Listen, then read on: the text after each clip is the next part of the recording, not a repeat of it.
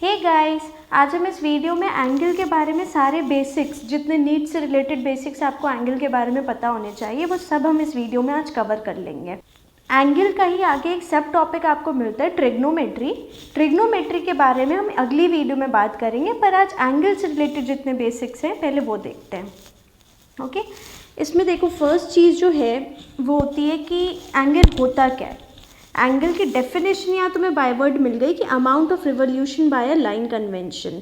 मतलब एक line, suppose मैंने ऐसे एक आपको एक्सिस मिला हुआ है और आपने एक लाइन कन्वेंशन ऐसे कुछ ड्रॉ किया, तो ये रिवोल्यूशन जितना शो कर रही होगी इस लाइन के साथ, ये जितना रिवोल्यूशन शो कर रहे हैं, सपोज इतनी है, फिर मान लो थोड़ी देर बाद ये ऐसे चली जाए, फिर ऐसे चली जाए, तो ये जो आपको ये चीज़ें दिख रही हैं, ये मेजरमेंट इसकी एक्सिस के साथ, वो मेजरमेंट हम एंगल बोलते हैं। ठीक है, इसको ऐसे समझो कि ये मान लो ये तुम्हारी एक्सिस है, ये एक्सिस है तुम्हारी, और ये हम एक सेकेंड लाइन ड्रॉ करना चाह रहे हैं। तो ये सेकेंड लाइन पहले इतनी कन्वेंशन शो कर रही है, तो यहाँ पे जो एंगल, यहाँ पे जो मेजरमेंट या जो मेजर है इसकी अमाउंट ऑफ रिवोल्यूशन है इस एक्सिस के साथ, उस अमाउंट ऑफ रिवोल्यूशन को हम कह रहे होंगे एंगल। अब अगर ये ऐसे हो जाए तो ये चीज़ फिर एंगल हो जाएगी, अगर सपोज ये इधर आ जाए तो फिर ये चीज़ एंगल होगी। Point to be noted, angle हमेशा एक्सिस से ली जाएगी। ओके, तो अब ये देखो एंगल में आगे क्या होता है कि या तो ये एंटी क्लॉकवाइज होता है या ये क्लॉकवाइज होता है। अब इसका मतलब क्या है? एंटी क्लॉकवाइज तुमने देखा होगा किसी भी क्लॉक में 12 यहाँ बज रहे होते हैं, 3 यहाँ बज रहा होता है, तो एंटी क्लॉकवाइज इसका उल्टा, एंटी मतलब उल्टा होता है, राइट।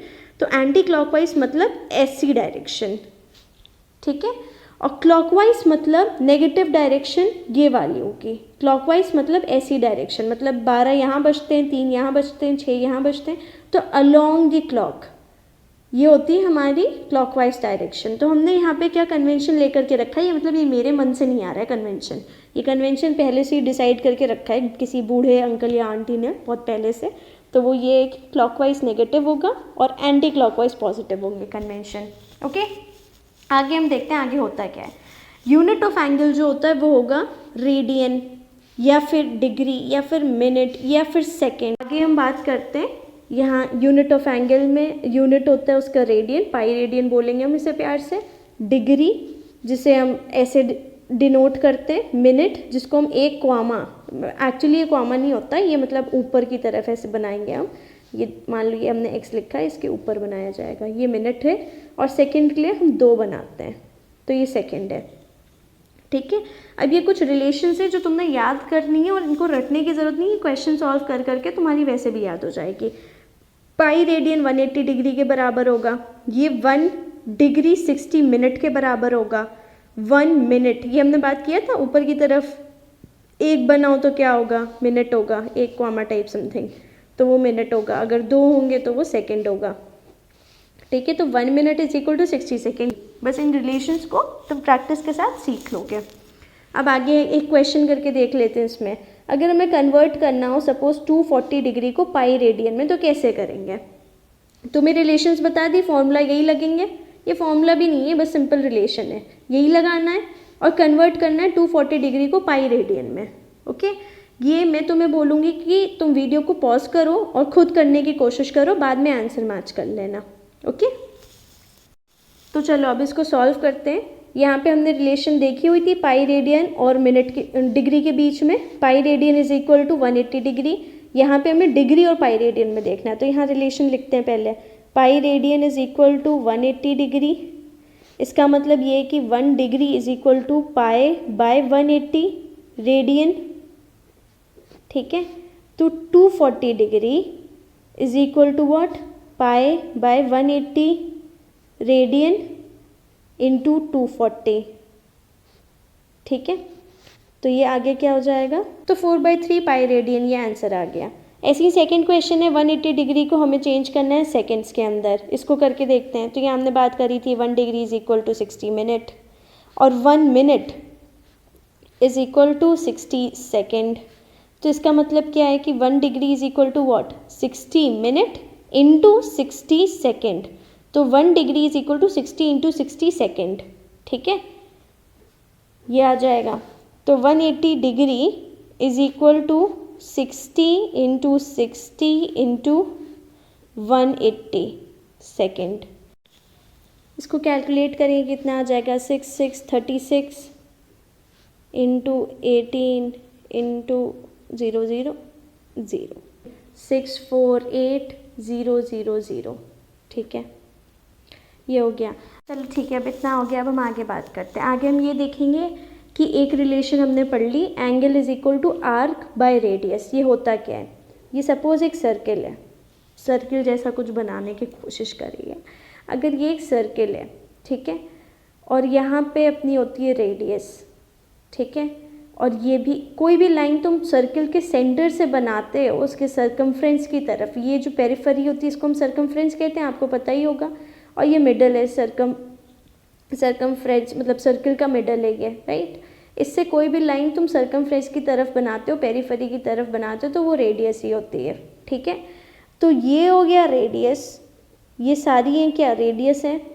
ठीक है, और ये दो रेडियस के बीच में जो तुम्हें पेरिफेरी मिल रही होती है उसको तुम क्या बोलते हो, ये क्या होगा, ये होता है आर्क। मतलब आर्क कुछ नहीं है, आर्क सर्किल के सर्कमफ्रेंस का छोटा सा हिस्सा होता है।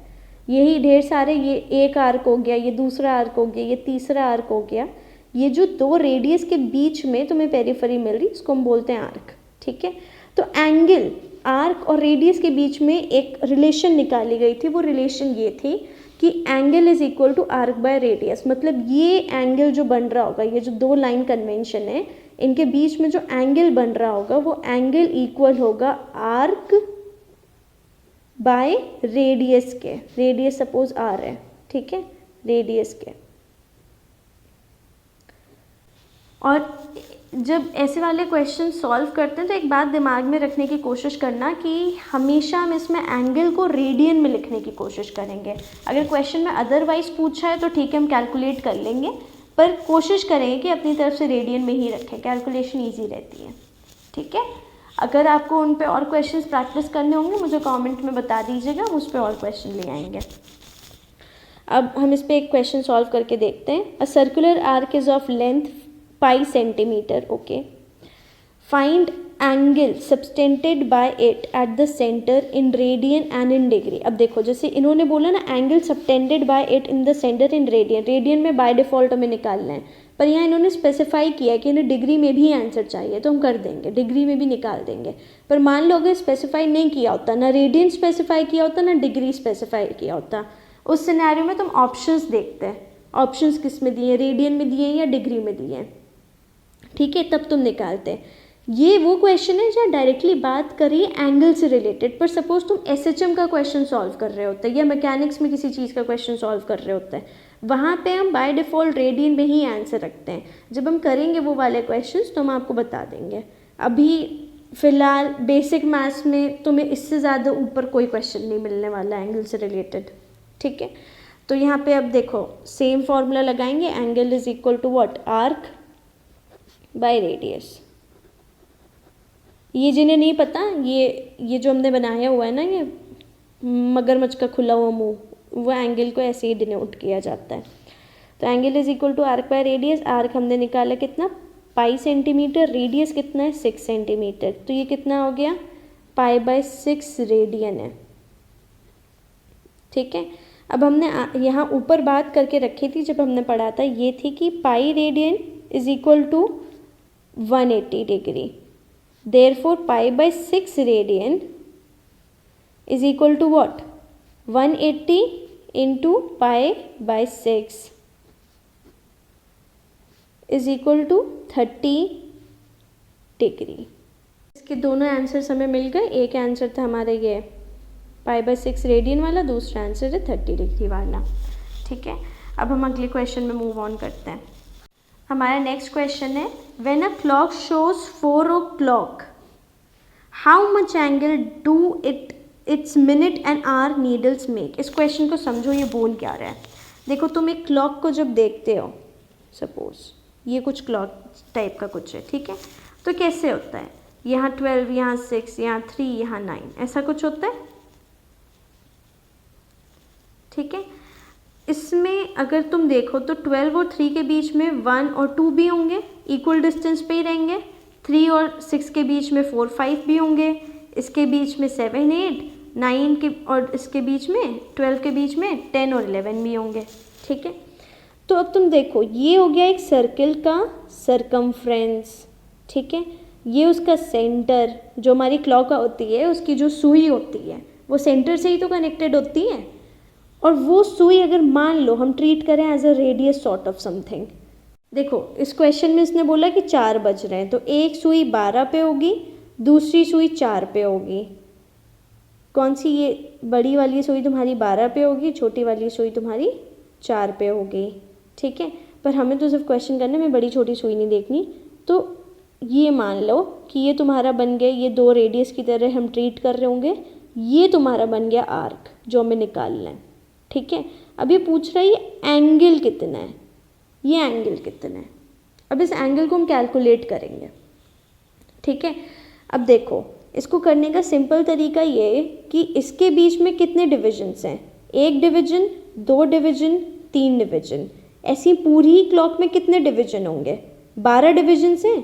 1, 2, 3, 4, 5, 6, 7, 8, 9, 10, 11, 12 डिवीजन से। जैसे पिज़्ज़ा होता है, पिज़्ज़ा यूजुअली अगर तुम मिनी वाला लो तो उसमें 4 हिस्सों में बांटा जाता है, उसमें डिवीजन कितने होते हैं? 4 हो गए। इसका मतलब ऐसे ही ये 12 डिविजन्स में बांटा गया है बड़ा पिज़्ज़ा। ठीक है, तो इसमें 12 डिविजन से नंबर ऑफ डिविजन्स हो गए 12। और इसमें टोटल अगर मान लो एक सुई स्टार्ट कर रही है 12 बजे से और वापस आ रही है वो फिर से 12 बजे पे, तो टोटल कितना एंगल उसने चला होगा? 360 डिग्री का। ठीक है, तो टोटल एंगल उसने चला होगा 360 डिग्री का। अब अगर हमें निकालना हो कि एक डिवीजन के, ये तो 12 डिविजन्स हो गए, इन 12 डिविजन्स में इंक्लूडेड है 360 डिग्री एंगल। अगर हमें निकालना हो एक डिवीजन कितने एंगल का होता है तो हम क्या करेंगे? 360/12 कर देंगे, तो कितना आया? 30 डिग्री आया। यह हमने बात की 4 बज रहे हैं, तो इसका मतलब 1 डिवीजन, 2 डिवीजन, 3 डिवीजन, 4 डिवीजन। ये कितना आ जाएगा? 30 डिग्री इंटू 4 कितना हो गया? 120 डिग्री। ये हो गया हमारे आंसर। एंगल के बारे में बस इतनी बेसिक बातें आपने जाननी थी और इन्हें आप पढ़िएगा। अगर आपको कोई भी डाउट आएगा आप हमसे पूछिएगा। और अगले लेक्चर में हम बात करेंगे ट्रिग्नोमेट्री की, उसको हम एक शॉर्ट में कंप्लीट कर देंगे। ठीक है, चलिए ठीक है, ओके, टेक केयर, बाय।